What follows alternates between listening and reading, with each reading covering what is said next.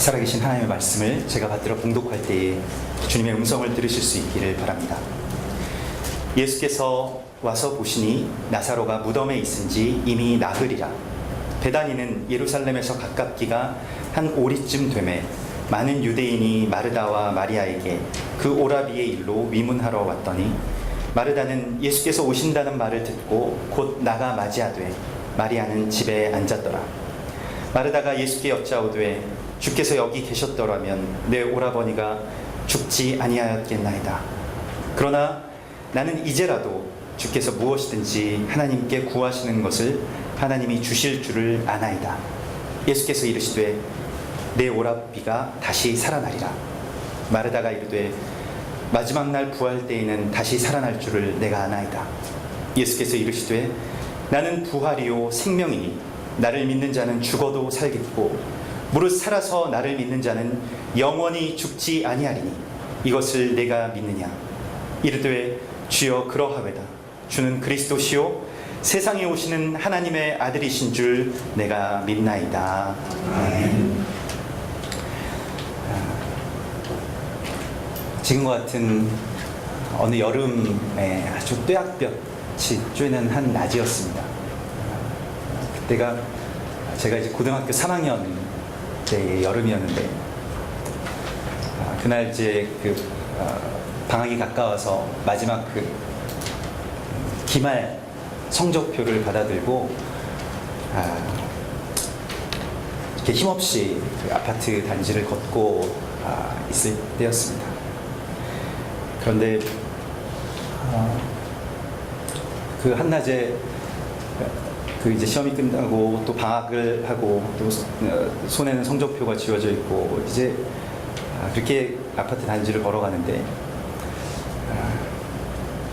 옆에서 뭔가 아주 큰 화분 같은 게 떨어지는 그런 소리가 나요. 그래서 너무 길을 가는데 누가 위에서 그렇게 큰 화분 같은 걸 떨어뜨리나 해서 너무 이렇게 놀라기도 하고 또 화가 나기도 해서 위에를 이렇게 봤는데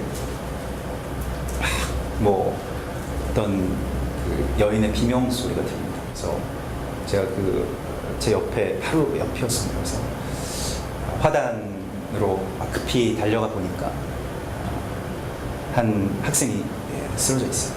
그래서 아주 황망한 마음에 그 학생을 이제 들쳐안고 지나가는 아무 차나 세워서 반포의 성모병원으로 이제 출발을 했습니다. 그 아이가 저와 같은 고등학교 3학년 친구였는데 이제 성적표를 가지고 집에 들어가서 어머니와 크게 싸우고 또 누나들은 굉장히 아주 공부를 잘하는 그런 두 명의 누나들이 있었는데 막내 동생이었는데 그 아이만 조금 공부 좀 못하는 그런 친구였다고 나중에 전해집니다. 그래서 그냥 그렇게 싸우다가 홧김에 나와서 바로 몸을 던진 것이었어요. 근데 그때 차 안에서 그렇게 막 헐떡이면서 죽어가는 그 아이, 저의 모습을 보면서 남처럼 느껴졌다기보다는 제 모습 같이 느껴지고 또 그는 죽고 나는 왜 남았을까 이런 생각들이 계속 떠나질 않았습니다. 계속해서 그 아이가 죽고 그리고 나는 남았다 그런 생각 가운데서 살아왔던 것 같습니다. 오늘날 우리는 세계에서 가장 높은 자살률을 기록 중인 나라에 살고 있습니다. 아마도 자살률이 높은 나라들은 대부분 삶의 의미나 또 그런 어떤 허무함 가운데서 너무 이렇게 잘 사는 나라들이 많이 있었죠. 북유럽의 나라들처럼 자극이 없고 그냥 사는데 그냥 평탄하게 살아가는 그런 나라의 국민들이 이렇게 자살률이 높았습니다만은 최근에 우리나라가 그러한 추이를 바꿨는데 그 우리나라의 자살률이 높은 것은 조금 다릅니다. 아주 선진국들이 자살을 많이 하는 것과는 굉장히 다르게 우리는 힘들어서 사람들이 목숨을 끊는 경우가 굉장히 많이 있습니다. 뭐 삶이 허무하고 너무 편해서 그 죽음을 택하는 것보다 힘들어서 죽는 걸 택하는 나라가 우리나라죠. 얼마나 힘든 나라에 우리가 살고 있는지 모릅니다.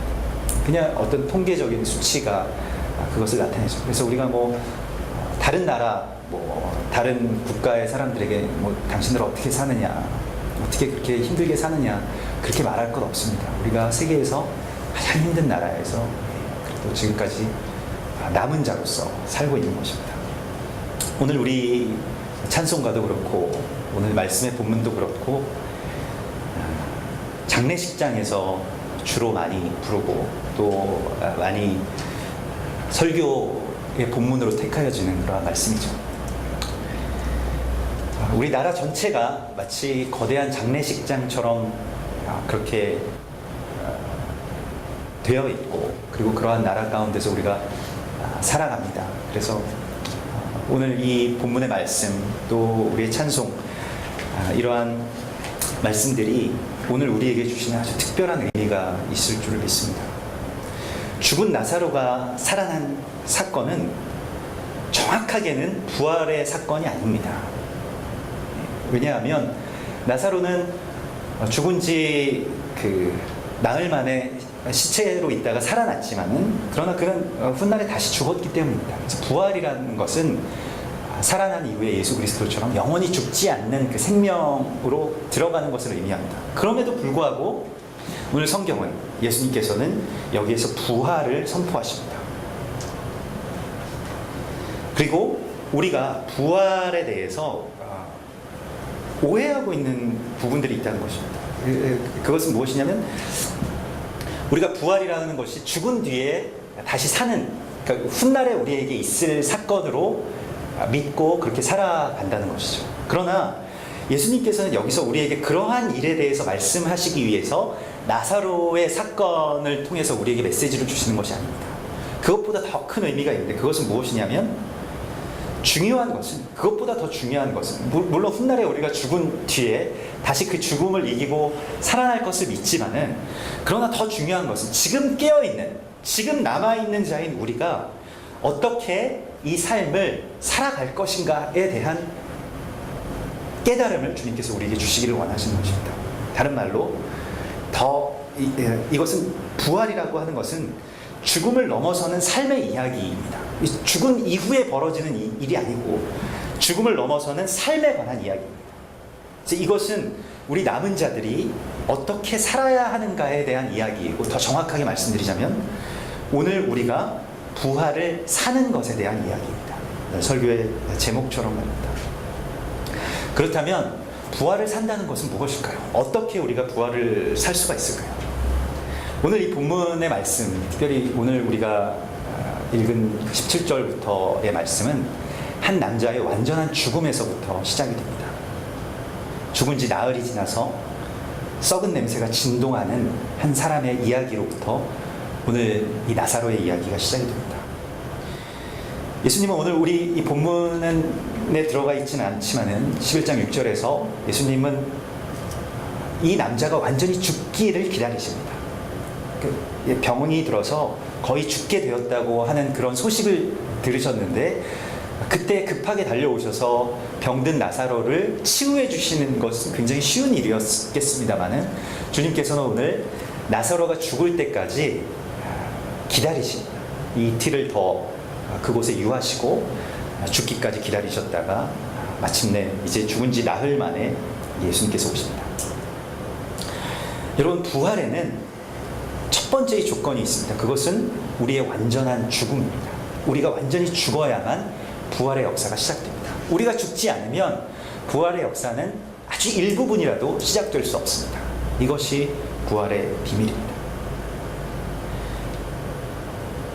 완전한 죽음이라는 것은 어떤 것일까요? 우리는 그러면 어떻게 완전히 죽을 수가 있을까요? 나사로처럼 정말 병에 걸려서 죽는 것만이 완전한 죽음이 아닐 것입니다. 사실 이 완전한 죽음의 판명이 된 그리고 악취가 피어오른 죽음의 악취가 피어오르는 나사로의 모습이 오늘날 현대를 살아가는 우리 자신의 모습이라고 하는 것을 하나님께서는 우리에게 말씀하십니다. 이것은 우리가 뭐 죽기 위해서 무엇인가를 더 이상 노력할 필요까지 없다는 것을 말합니다. 그 유진 피터슨이라고 하는 미국의 몬테나에 있는 아주 유명한 목회자이고 또 목회자들의 목회자라고 불리우는 그 유명한 신학자이자 목회자가 있습니다. 그는 자신을 평생 그 목사라고 불러주는 것을 가장 좋아했는데요. 메시지 성경이라는 최근에 그런 성경 전체를 오늘날 우리의 언어로 번역한 그러한 아주 뛰어난 신학자이고 성서학자이죠. 그런데 유진 피터슨이 자신이 평생 동안 목회하면서 보았던 미국의 평균적인, 그러니까 오늘날 그 현대의 성도들의 평균적인 모습에 대해서 쓴 글이 있습니다. 그게 참 인상적이었는데요. 이제는 아주 원로한 목사죠. 아주 노 목사님이신데 그는 이렇게 자신들이 만났던 성도들에 대해서 말하고 있습니다. 수십 번도 넘게 실패하는 동안 어느덧 50살이 넘었고 이제는 그 무엇도 이룰 가능성이 없다고 생각하는 남자들, 성실하게 결혼 생활을 했지만 남편으로부터 계속 멸시당하고 폭력을 당한 여자들, 중독에 깊이 빠진 자녀들과 그런 배우자와 함께 살아가야 하는 사람들, 이런 사람들이 현대의 평균적인 성도들의 모습이라고, 우리가 만나는 또 우리가 기대하는 성도들의 모습, 예수 믿는 사람들의 모습과는 사뭇 다른 모습입니다. 그리고 이러한 성도들을 만나는 교회가 참된 교회라고 그렇게 적어놓은 것을 보고 있습니다. 우리가 살아가는 데 있어서 우리 스스로의 모습이 무엇인가 조금이라도 살아있다고 생각하고 또 내가 그 살아있음에 대한 나 자신이 스스로 살아있다고 생각하는 것은 참으로 괴로운 일입니다. 부활의 시작은 우리의 죽음에서부터 선포되고 또 시작됩니다. 또 우리가 스스로 완전히 죽은 자임을 자각하고 그리고 선포하는 것이 부활을 살아가는 시작입니다.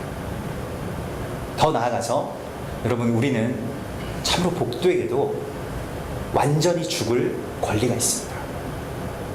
예수님의 십자가의 죽음은 예수님의 한 개인의 죽음이 아닙니다. 그것은 내가 완전히 예수님과 함께 죽었음에 대한 선포였습니다. 몇 년 전에 노무현 대통령이 자살을 해서 죽었습니다. 검찰의 소환을 받고 여러 가지의 어떤 그 검찰에서 기소한 내용들이 있습니다.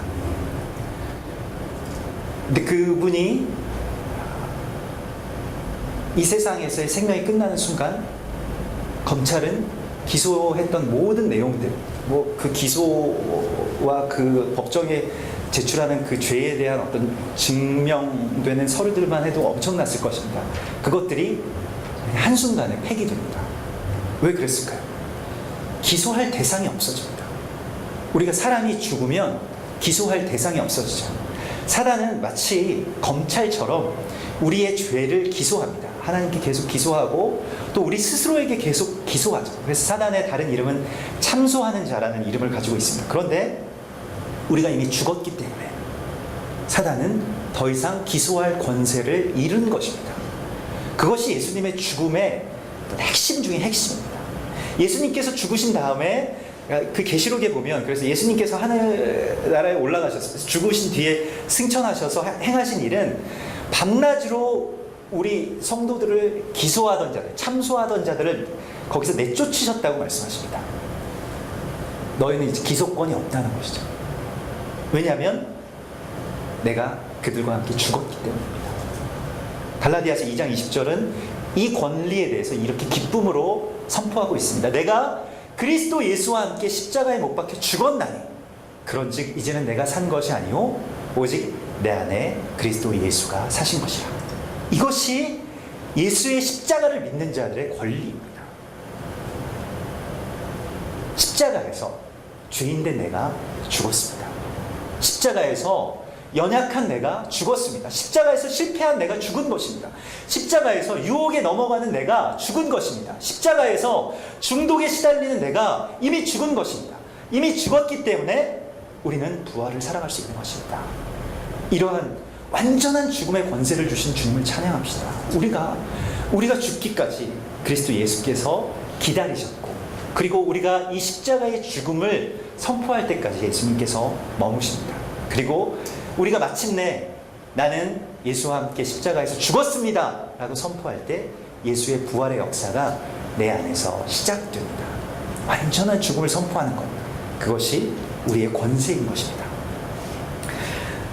또한 이 완전한 죽음 뒤에 오늘 이 이야기의 진행, 이 이야기의 초점은 두 자매에게 맞춰집니다. 예전에 그 주일학교에서 이 나사로 이야기라는 연극이 이제 공연이 됐는데, 이제 나사로 이야기를 한다. 그래서 주보의 아이들에게 그 연극에 출연할 배우들 모집한다고 해서 어떤 아이가 제가 하겠습니다. 우리 선생님에게 찾아가서 자기가 주인공이 되고 싶은 마음에, 선생님 저는 꼭 정말 이번에는 나사로 역할을 하고 싶습니다 라고 말했더니, 그래서 그러라고, 나사로 역할 좋지, 나사로 이야기니까 네가 나사로 역할 하라고. 그래서 집에도 이야기하고 가족들이랑 뭐 다 나사로 역할 한다고 참 좋아해서 그날 왔는데, 그 아이가 등장하는 것은 한참 모든 이야기들이 다 끝나고 나중에 무덤 속에서 붕대를 감고 좀비처럼 나오는 그 장면, 한 장면이었다. 대사도 한마디도 없고 예수님이 나사로야 나오라 할 때 천천히 걸어 나오는 역할이었다는 것이죠. 여러분, 오늘 이 본문에서 주인공이 누구일까요? 주인공은 나사로가 아닙니다. 우리가 나사로가 죽었다가 살아난 것에 초점을 맞추는 것이 아니라 오늘 이 이야기의 초점은 마르다와 마리아, 이 자매에게 초점이 맞춰져 있습니다. 이들이 부활을 살아가는 사람들의 어떤 모형인 것입니다. 그러므로 우리의 삶도, 부활을 살아가는 삶도 죽은 뒤에 나사로처럼 다시 살아나는 것은 그 우리의 일이 아니에요. 나중에 이미 그렇게 정해져 있습니다. 그러니까 그렇구나. 그것은 그냥 덮어놓읍시다. 그리고 지금 살아있는, 그리고 지금 남아있는 이 마리아와 마르다의 이 이야기 속에서 부활을 살아가는 사람들의 어떤 핵심을 발견해야 됩니다. 이들에게 임한 이 부활의 이야기는 실제로 예수님의 부활의 모형이 됩니다. 그리고 실제 예수님께서 부활하시던 그날 새벽, 그 아침에 부활하신 예수님의 소식을 가장 먼저 듣고 가장 먼저 부활하신 예수님을 만난 사람이 바로 마리아죠. 막달라 마리아입니다. 그러므로 이 마리아, 이 두 자매는 부활과 아주 깊은 연관이 있습니다. 오늘 마르다는 예수님이 오신다는 소식을 듣고 이 죽음의 자리, 나사로를 장례하는 이 죽음의 자리에서 마을 밖으로 예수님을 맞이하는 자리로 나아갑니다. 그 장례식장에 머물지 않고 예수님을 맞이하는 자리로 나아갑니다. 여러분, 이것이 예배입니다. 우리가 우리의 삶의 어떤 그 죽음의 부분, 실패의 부분, 또 무엇인가 부족하고 안 되는 부분들을 계속해서 보고 계속해서 머물러 있고, 왜 그것이 안 될까? 왜 이것이 이렇게 됐을까? 왜 이런 슬픈 일들이 생겼을까? 하고 머물러 있는 것은 장례식장에 머물러 있는 마르다의 모습과 꼭 같은 것입니다. 그런데 우리는 쉽게 거기에만 집중하게 되죠. 왜 이 일들이 잘 안 됐을까? 왜 내가 실패했을까? 왜 이 일이 이렇게 엉망으로 되었을까? 이런 생각 가운데서 빠져나오기가 참 어렵습니다. 그러나 예배는 그것을 다 뒤로하고 그것을 내버려 두고 예수님이 계신 마을 바깥으로 나가는 것이 예배입니다. 오늘 우리가 우리의 집, 우리의 생각, 또 우리의 걱정, 우리의 두려움, 우리의 연약함과 실패의 생각 가운데서 빠져나와서 이 예배의 자리, 이 예수님이 계시는 이 자리로 나온 것, 이것이 바로 예배인 것이고, 이것이 바로 부활을 사는 것의 핵심인 것입니다. 그리고 마르다는 고백합니다. 주님께서는 이제라도 무엇이든지 하실 수 있음을 내가 믿습니다 라고 고백합니다. 예배의 고백이죠. 예배에 나온 사람들의 소망은 이제라도, 사람들이 다 실패했다고 여기고 사람들이 이미 죽었다고 판명했어요. 이미 끝이라고 이야기합니다. 이미 더 이상 누가 오든지 간에 예수님이 오셔도 이 일은 안 될 것이다 라고 하는 그 상황 가운데서 우리의 나이나 또 우리의 현실이나 우리의 지금 환경이나 모든 처해 있는 상황들이 다 우리가 내가 죽었음을 판명했지만은 그럼에도 불구하고 주님, 이제라도 주님께서는 무엇이든지 하실 수 있음을 믿습니다 라고 고백하는 것이 예배입니다. 여러분, 이 고백을 주님께 드리시기 바랍니다. 주님이 끝났다고 하시지 않으면 끝난 것이 아니에요. 사람들이 다 평가하고 사람들이 다 죽었다고 끝났다고 이야기해도 그것은 끝이 아닌 것입니다. 예배자라는 것은 그것에 대해서 선포하는 것입니다. 부활에 대해서 선포할 수 있는 힘이, 권세가 우리 가운데 이미 있는 것입니다. 그래서 오늘 우리가 이 예배 가운데 이와 같이 고백하는 것, 이제라도 주님께서 하실 수 있습니다 라고 고백하는 것이 부활을 사는 것입니다. 이 고백으로 주님께 나아가시기 바랍니다. 그녀는 이 고백의 자리에서 놀라운 부활에 대한 선포를 만나게 됩니다. 아주 유명한 구절이죠. 나는 부활이요 생명이니 나를 믿는 자는 죽어도 살겠고 또한 살아서 나를 믿는 자는 영원히 죽지 아니하리니 이것을 내가 믿느냐. 우리에게 주님께서 말씀하십니다. 내가 정말 부활을 믿느냐. 여러분, 우리가 부활을 아는 사람들은 많지만 부활을 실제로 믿고 부활을 살아가는 사람들은 극히 드뭅니다. 예수님께서도 부활하신 이후에 모든 제자들에게 예수님 부활하셨다는 소식이 다 알려졌지만 그러나 부활을 믿고 찾아온, 예수님을 찾아 나선 사람들은 없었어요. 아, 부활하셨구나. 그런데 그게 뭐? 내 삶은 그냥 나는 다시 업으로 돌아가서 그냥 허무함의 그물을 던져야 되겠다. 그냥 이렇게 살고 있지 않습니까? 우리는 부활을 그냥 아는 자가 아니라 부활을 믿고 살아가는 자가 되어야 된다는 것입니다.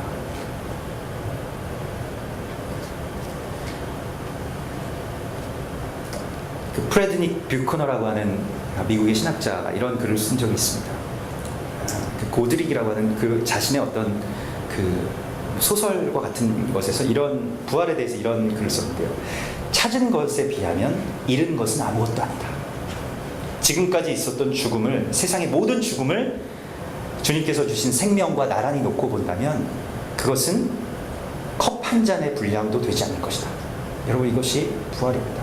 우리가 잃은 것이 많다고 생각하고 그 안에 머물러 있는 것이 아니라 그것은 주님 앞에 나아가면, 생명이신 주님 앞에 나아가면 컵 한 잔의 분량도 되지 않을 것입니다. 내가 실패한 세월, 내가 낙심한 것, 내가 좌절한 것, 나의 죄, 그러한 것은 주님의 생명에 비하면 아무것도 아닌 것입니다. 그러므로 우리는 그 부활을 선포할 권세를 가진 자로 이제 주님 앞에서 그것을 선포해야 됩니다. 주님께서는 우리에게 물으십니다.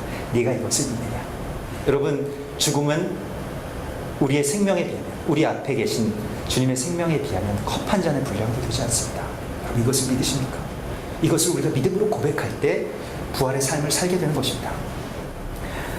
예배라는 것은 믿음으로, 제가 이것을 믿습니다 라고 하는 이 믿음으로 이 죽음의 굴판에서 생명의 자리, 그리스도 예수께서 계신 생명의 자리로 나아가는 것입니다. 그것이 예배입니다. 그냥 단순히 우리가 예배 보고 그냥 그렇구나 하고 고개 끄덕이는 것이 아니라 우리가 이 믿음의 고백으로 죽음의 자리에서 생명의 자리로 나아가는 그 이동이 있는 것이 예배입니다. 예배는 이와 같은 아주 역동적이고 다이나믹한 무엇인가, 그러니까 움직임이 있어야 되는 것이죠. 올 연말에 그 대선 주자들, 또 대선의 화두가 무엇인지 아십니까? 모든 대선 후보들이 말하는 대선의 화두가 무엇인지 아십니까? 위로입니다. 위로. 한 단어.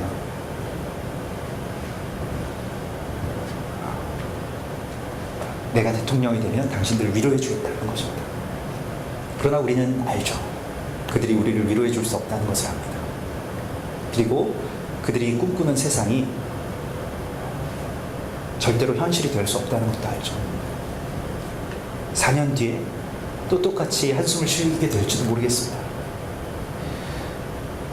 오늘 마리아와 마르다와 함께 앉아있는 사람들이 있습니다.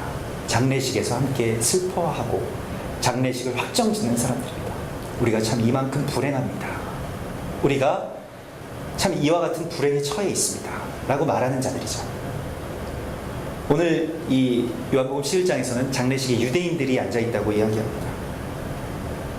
이것은 또한 좀 깊은 어떤 예언적인 예표도 있는데요. 유대인들은 지금도 계속 상복을 입고 다닙니다. 그 유대인들이 이스라엘의 어떤 사진들을 보시면 통곡의 벽 앞에서 아주 검은, 이 머리 끝부터 발끝까지 그 더운 나라에서 아주 두껍고 검은 옷을 입고 이렇게 통곡의 벽 앞에서 계속 통곡하면서 기도하는 사람들의 모습이 유대인들이죠.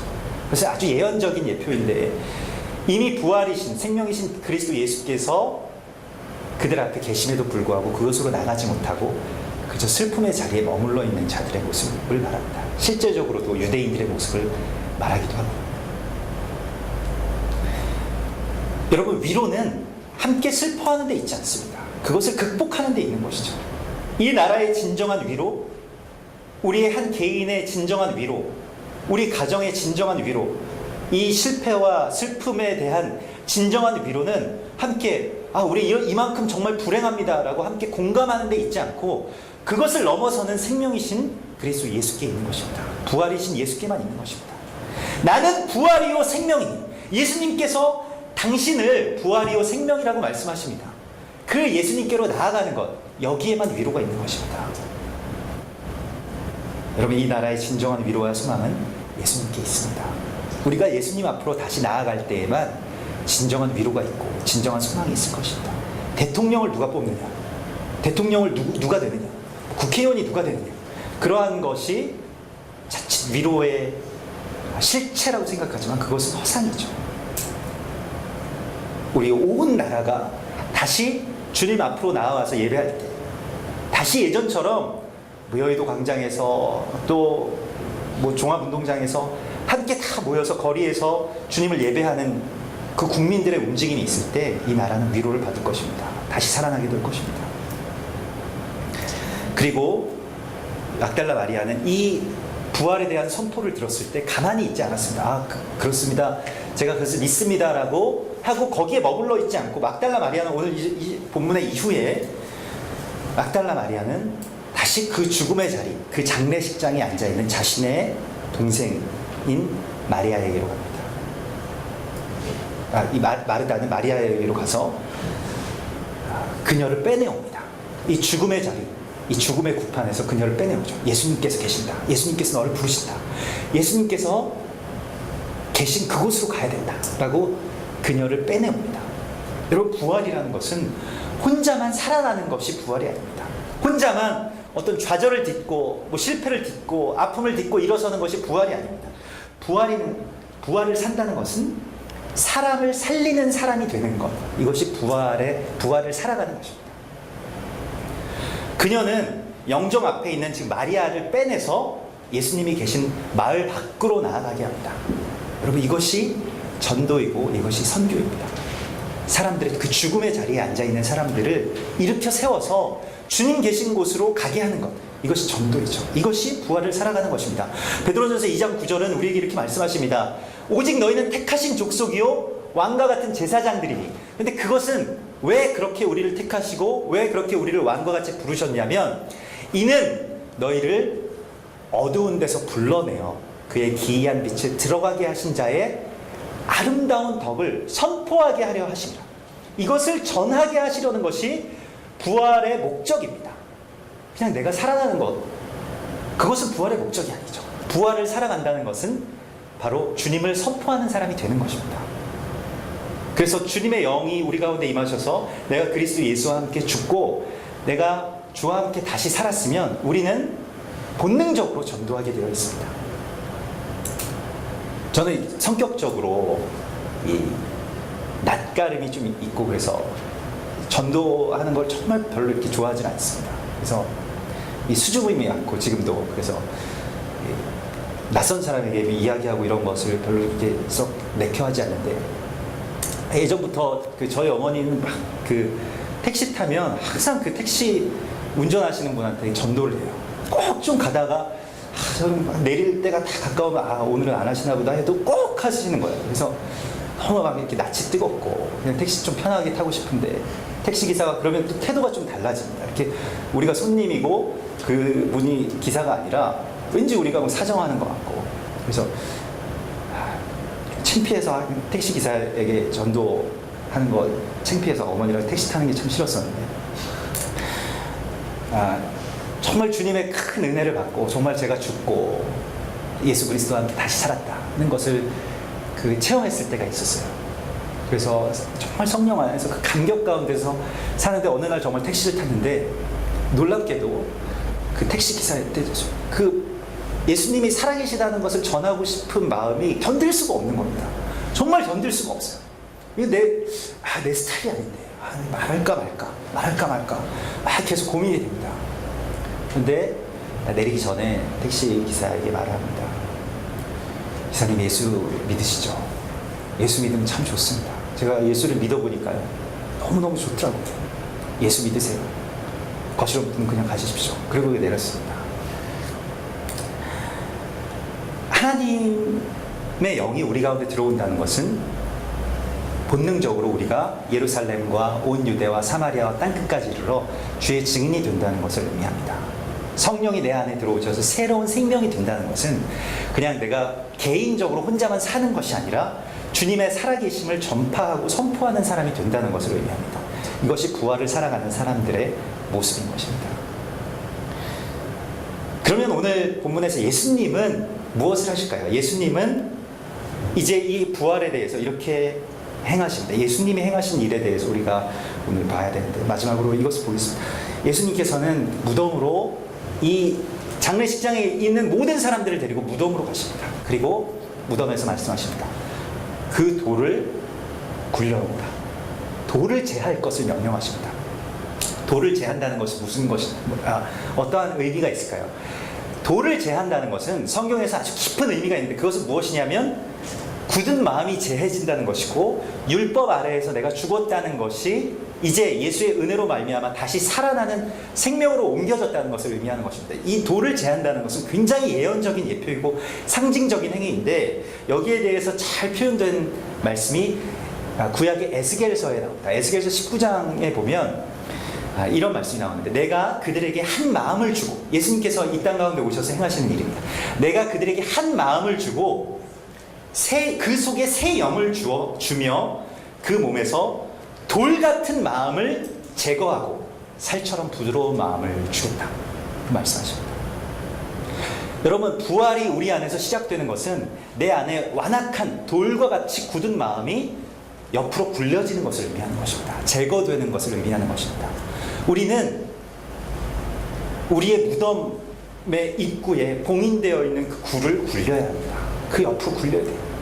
완악한 마음, 받아들이지 못하는 그 완악하고 굳어있는, 돌처럼 굳어있는 내 생각과 내 마음과 내 삶의 어떤 모든 상황 가운데서 나는 이런 사람이야, 예수님은 이런 분이야, 세상은 원래 이런 거야 라고 다 딱딱하게 굳어놓았던 것들을 제거해야 되는 것입니다. 주님께서 우리 가운데 오시면 그러한 생각들, 그러한 굳은 마음들이 새살이 돋아나는 것처럼 부드러워집니다. 그리고 언제든지 변화될 수 있는 거예요. 내가 생각했던 것들, 또 내가 판정했던 것들, 내가 이미 심판자의 자리에 앉아서 나는 원래 이런 사람이야 라고 생각했던 그 모든 것들이 다 파괴되고 무너지는 것, 이것이 바로 부활인 것입니다. 그리고 예수님께서는 이제 새로운 영을 주셔서, 곧 성령을 주셔서 이 내 안에 다 새살이 돋아나는 것과 같은 새 마음을 주시겠다고 말씀하십니다. 그리고 우리 안에 한 마음을 주시겠다고 말씀하십니다. 다 각자의 마음으로 분열되어 있던 우리 안의 모든 마음들이 다시 한 마음, 한 영을 받은 한 마음이 되는 것, 이것이 바로 부활을 살아가는 것입니다. 그래서 오늘 주님께서는 이제 그 돌을 굴려놓으시고 큰 소리로 말씀하십니다. 나사로야, 나와라 말씀하십니다. 근데 이 큰 소리라는 것은 물리적인 어떤 큰 소리를 의미하는 것이 아닙니다. 그것을 더 넘어서는 것이죠. 오늘 이 요한복음 11장은 굉장히 어떤 예언적인 예표가 있는데, 여기서 큰 소리라고 말하는 것에 대한 히브리어의 단어를 보면 테루아라는 단어인데요. 이 테루아라는 단어는 나팔 소리를 의미합니다. 지금 이 말씀의 배경이 되는 것은 지금 그 주님의 어떤 나팔절, 그러니까 나팔이 불 때에 어떤 일들이 일어나는지에 대해서 주님께서 말씀하시는 것이에요. 그래서 우리가 찬송가도 나팔 불 때 나의 이름을 주님께서 불러주신다는 그 찬송가 있지 않습니까? 그래서 여기서 주님께서 큰 소리를 부르신다는 것은 나사로야 나와라 이렇게 소리치셨다는 것이 아니라 테루아 곧 나팔 소리와 같은 주님의 음성이 우리의 이름을 부르신다는 것을 의미하는 것입니다. 이것은 부활에 대한 예수 그리스도의 선포입니다. 그리고 이 나팔 소리는 이 욤테루아라고 해서 여리고 성이 무너질 때, 그러니까 뭐 좀 더 깊은 신학적인 이야기입니다만은 출애굽한 백성들이 갈릴리로 가나안 땅으로 들어가는 첫 번째 관문 여리고 성이 무너질 때 뭘로 무너졌습니까? 사람들이 찬양하고 큰 소리를 내고 또 테루아, 그 나팔, 여기 우리 나팔이 있는데 이 나팔을 불 때 성이 돌로 된 성이 그 육중한 성이 무너져 내리는 것입니다. 이 여리고 성이 무너지는 것과 같은 이야기가 오늘 요한복음 11장의 이야기입니다. 나사로야 나오라. 그러나 이것은 물리적으로 큰 소리가 아니라 이것은 주님의 말씀을 의미하는 것입니다. 주님의 말씀, 그리스도 예수의 입에서 나오는 말씀, 이것으로 죽음의 권세가 무너지는 것입니다. 이것은 사실은 큰 소리가 아니에요. 그래서 열왕기상 19장에 보면 이 세상을 변화시키는 소리가 나오는데 그 엘리야에게 주신 음성이었는데 엘리야가 처음에는 아주 큰 바람 소리 가운데서 하나님의 음성을 찾습니다. 그런데 바람 소리 속에 하나님의 음성은 없어요. 바람 소리만 들립니다. 그래서 두 번째로 발견한 것이 지진이 난다. 아주 큰 지진이 나서 막 땅이 무너지는 소리가 나서 주님이 여기 계신가 보다 하고 그것을 보았는데 거기에 하나님의 음성이 없었습니다.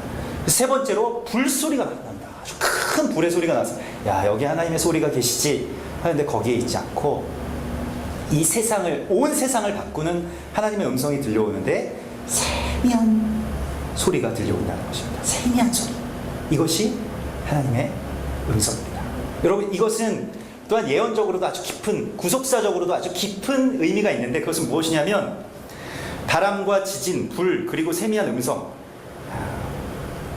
여기에 대해서 그냥 우리가 잠시 알고 갈 것은 바람은 그 출애굽할 때에 구약의 이스라엘 백성들을 그 홍해 바다를 건너게 했던 구약에서의 하나님의 역사이죠. 그래서 막 바람이 불어서 홍해 바다가 마르고 그래서 그들이 건너게 됩니다. 그래서 구약의 이스라엘 백성들의 말씀. 이 지진은 예수 그리스도께서 십자가에서 죽으실 때 큰 지진이 납니다. 그래서 이 지성소에 있는 휘장이 위에서부터 아래로까지 쫙 갈라지죠. 그 지진의 일이고 예수님께서 이 땅 가운데 오신 그 시대의 일입니다. 그리고 불의 역사는 마가의 오순절 다락방에서 성령의 불이 임하였습니다. 그러면 지금은 어떤 시대이냐? 지금 우리가 이 부활의 세대를 살아가는 우리가 지금 이 시대에 주님의 음성을 들을 수 있는 이 시대에 그것은 무엇이냐? 세미한 음성 가운데서 듣는다는 것입니다. 그것이 바로 말씀입니다. 여러분 전 세계의 역사 가운데서 오늘날과 같이 주님의 말씀을 개인적으로 세미하게 들을 수 있었던 시대는 없습니다. 예전에는 책이 없어서 예전에 사람들이 문자를 알지 못해서 하나님의 말씀을 듣지 못했어요. 알지 못했습니다. 오늘날처럼 모든 각 개인에게 세미한 음성으로 직접 말씀하시는 시대가 없다는 것입니다. 그 이전엔 다 전체적인 것들이었죠. 마치 바람과 불과 지진처럼 말입니다. 그러나 지금은 개인적인 묵상 안에서 주님께서 말씀하시는 시대입니다. 주님의 말씀으로 우리가 부활의 참된 삶을 살아갈 수가 있다는 것입니다. 주님의 음성, 나사로야 나오라 하는 그 말씀을 우리가 우리 묵상 가운데서 우리의 무덤에 갇힌 우리가 묵상 가운데서 주님의 음성을 듣는 것입니다. 세미하지만 이것이 주님의 음성일까 아닐까 하는 그런 의심도 있을 만큼 세미하지만 그 음성을 듣는 것이 부활을 살아가는 삶의 핵심인 것입니다. 지금 이 시대에 부활을 살아가는 우리들의 모습인 것입니다. 그러므로 여러분 주님의 말씀, 그 세미한 말씀을 들으십시오. 그것을 만나십시오. 무덤 가운데에 내가 있다면 주님의 음성을 우리가 들을 수 있을 것입니다. 그러므로 오늘 주님께서는 우리에게 먼 훗날 너희가 부활하게 될 것이다 라고 말씀하지 않으시고 부활은 지금 현재의 삶에서 우리가 살아가는 것이라고 말씀하십니다. 완전한 죽음으로 주님께로 나오는 이 예배로 또 부활에 대한 고백을 통해서 또 주님의 세미하지만 그 큰 말씀으로 그것을 우리가 전할 때에 주님께서는 우리와 함께 그 부활한 삶을 살아가시고 또 우리 안에서 내가 완전하게 죽은 내가 그리스도 예수와 함께 살아가는 참된 부활의 역사가 시작될 것을 약속하십니다. 그러한 부활의 생명을 받은 여러분들을 주님의 이름으로 축복합니다. 함께 기도하시겠습니다.